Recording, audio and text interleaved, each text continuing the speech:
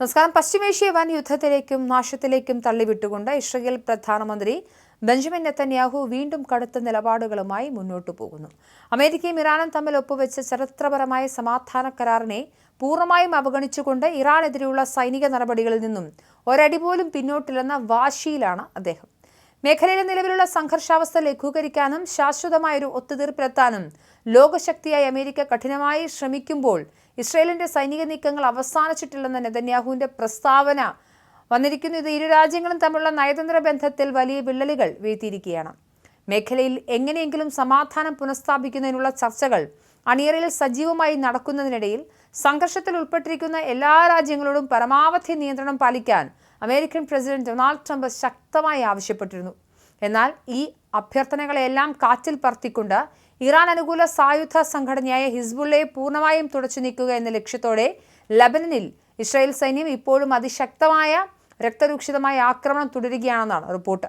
അമേരിക്കയിൽ നിന്നുള്ള കനത്ത രാജ്യാന്തര സമ്മർദ്ദവും അതേസമയം തന്നെ ഇറാന്റെ സഖ്യശക്തികളും ആശ്രിതരുമായ ഗ്രൂപ്പുകൾക്കെതിരെ സൈനിക നടപടി ഒട്ടും വിട്ടുവീഴ്ചയില്ലാതെ തുടരണമെന്ന സ്വന്തം ഭരണകൂടത്തിലെ തീവ്രവാദ നിലപാടുകാരുടെ ആവശ്യവും ഒരേ സമയം കൈകാര്യം ചെയ്യേണ്ടി വരുന്ന അതീവ സങ്കീർണമായ ഇരട്ട വെല്ലുവിളിയാണ് നെതന്യാഹു ഇപ്പോൾ നേരിട്ടുകൊണ്ടിരിക്കുന്നത്. കഴിഞ്ഞ ചൊവ്വാഴ്ച ജെറുസലേമിൽ വിളിച്ചു ചേർത്ത അടിയന്തര മാധ്യമ പ്രവർത്തകരുടെ യോഗത്തിൽ നെതന്യാഹു തങ്ങളുടെ സൈനിക നടപടികളെ വളരെ ശക്തമായ ഭാഷയിലാണ് ന്യായീകരിച്ചത്. രാജ്യത്തിന്റെ ചരിത്രത്തിലെ തന്നെ ഏറ്റവും വലിയതും സമാനതകളില്ലാത്തതുമായ വലിയ സൈനിക വിജയങ്ങൾ ഒന്നായാണ് ഇറാനെതിരെയുള്ള ഈ ക്രൂരമായ യുദ്ധത്തെ അദ്ദേഹം വിശേഷിപ്പിച്ചത്. നമ്മളവരുടെ ആണവ ശാസ്ത്രജ്ഞരെ ഒന്നൊന്നായി ഇല്ലാതാക്കിയെന്നും ഭീകര ഭരണകൂടത്തിന്റെ തലവന്മാരെ വധിച്ചുവെന്നും അദ്ദേഹം അവകാശപ്പെട്ടു. ഇതുകൂടാതെ ശത്രുക്കളുടെ ആണവ നിലയങ്ങളും മിസൈലുകളും തകർത്ത് തരിപ്പണമാക്കിയെന്നും ഭൂരിഭാഗം മിസൈൽ നിർമ്മാണ ഫാക്ടറികളും നമ്മൾ വിജയകരമായി നശിപ്പിച്ചുവെന്നും അദ്ദേഹം മാധ്യമങ്ങൾക്ക് മുന്നിൽ വിളിച്ചു പറഞ്ഞു. ഇസ്രായേൽ എന്ന രാജ്യത്തെ വലിയൊരു നാശത്തിൽ നിന്നാണ് തങ്ങൾ ഈ യുദ്ധത്തിലൂടെ രക്ഷിച്ചതെന്നാണ് ബെഞ്ചമിൻ നെതന്യാഹു ജനങ്ങളോട് പ്രഖ്യാപിച്ചത്. അമേരിക്കയും ഇറാനും തമ്മിൽ ഒപ്പുവെച്ച പ്രാഥമിക വെടിനിർത്തൽ പ്രഖ്യാപനം പുറത്തു വന്നതിന് തൊട്ടു പിന്നാലെയാണ് തങ്ങൾ കൈവരിച്ച ഈ സൈനിക നേട്ടങ്ങൾ അത്ര പെട്ടെന്നൊന്നും ഉപേക്ഷിക്കാൻ തയ്യാറല്ലെന്ന കൃത്യമായ സൂചന നൽകിക്കൊണ്ട് ഇസ്രായേൽ പ്രധാനമന്ത്രി നേരിട്ട് രംഗത്തെത്തിയത്. വരാനിരിക്കുന്ന 2026 ഒക്ടോബറിന് മുൻപ് ഇസ്രായേലിൽ നിർണായകമായ പൊതുതെരഞ്ഞെടുപ്പ് നടക്കാനിരിക്കെ ആഭ്യന്തര രാഷ്ട്രീയത്തിലും നെതന്യാഹു കടുത്ത ഭരണവിരുദ്ധ വികാരവും കനത്ത വെല്ലുവിളിയും നേടുന്നുണ്ട്. ഇതിനു പുറമെ അദ്ദേഹത്തിന് മേലുള്ള അഴിമതി കേസുകളുടെ വിചാരണയും അദ്ദേഹത്തിന്റെ രാഷ്ട്രീയ നിലനിൽപ്പിനെ കൂടുതൽ സങ്കീർണവും അപകടകരവുമാക്കുന്നതായും റിപ്പോർട്ടുകളുണ്ട്.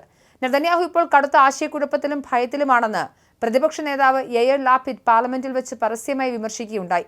ഇസ്രായേലിന്റെ ഏറ്റവും വലിയ സഖ്യകക്ഷിയായ അമേരിക്കയുമായി നേരിട്ടുള്ള നാശോന്മുഖമായ ഒരു വലിയ ഏറ്റുമുട്ടൽ അല്ലെങ്കിൽ ഇസ്രായേലിന്റെ പരമാധികാരവും താല്പര്യങ്ങളും പൂർണ്ണമായി പണയം വെച്ചുകൊണ്ടുള്ള നാണംകെട്ട കീഴടങ്ങൾ എന്നിവയിൽ ഏതെങ്കിലും ഒന്ന് തെരഞ്ഞെടുക്കേണ്ട അവസ്ഥയിലാണ് നെതന്യാഹു ഇപ്പോൾ എത്തിച്ചേർന്നിരിക്കുന്നത് എന്നാണ് ലാപിഡ് പരിഹസിച്ചത്. പ്രതിപക്ഷത്തു നിന്ന് മാത്രമല്ല നെതന്യാഹുവിന്റെ ഭരണസഖ്യത്തിലെ തീവ്ര വലതുപക്ഷ മന്ത്രിമാരും ഈ സമാധാന കരാറിനെതിരെ കടുത്ത അമർഷവുമായി രംഗത്തുണ്ട്. ഡൊണാൾഡ് ട്രംപിന്റെ ഈ കരാർ തങ്ങളെ യാതൊരു വിധത്തിലും ബാധിക്കുന്നതല്ലെന്നും തങ്ങൾ ഈ കരാറിൽ ഒരു കക്ഷിയല്ലെന്നും ഇസ്രായേൽ ദേശീയ സുരക്ഷാ മന്ത്രി ഇറ്റാമർ ബെൻ-ഗ്വീർ സാമൂഹിക മാധ്യമത്തിൽ കുറിച്ചു. ഇത് ഇസ്രായേലിന്റെ സുരക്ഷ ഒട്ടും ഉറപ്പാക്കുന്നില്ലെന്നാണ് വലതുപക്ഷത്തിന്റെ നിലപാട്. ട്രംപ് സമാധാനത്തിന്റെ നയതന്ത്ര പാതയിലൂടെ മുന്നോട്ട് പോകുമ്പോൾ സ്വന്തം നാട്ടിലെ പ്രതിപക്ഷത്തിൽ നിന്നും സഖ്യകക്ഷികളിൽ നിന്നും ഒരേ സമയം അതിശക്തമായ സമ്മർദ്ദം നേരിടുന്ന നെതന്യാഹുവിന് തന്റെ രാഷ്ട്രീയ പദവിയും കസേരയും നിലനിർത്തുന്നതിനൊപ്പം ഈ വലിയ സൈനിക നീക്കങ്ങൾ എങ്ങനെ മുന്നോട്ട് കൊണ്ടുപോകണമെന്നത് ജീവിതത്തിലെ ഏറ്റവും വലിയ പരീക്ഷണം തന്നെയാണ് നിലവിൽ.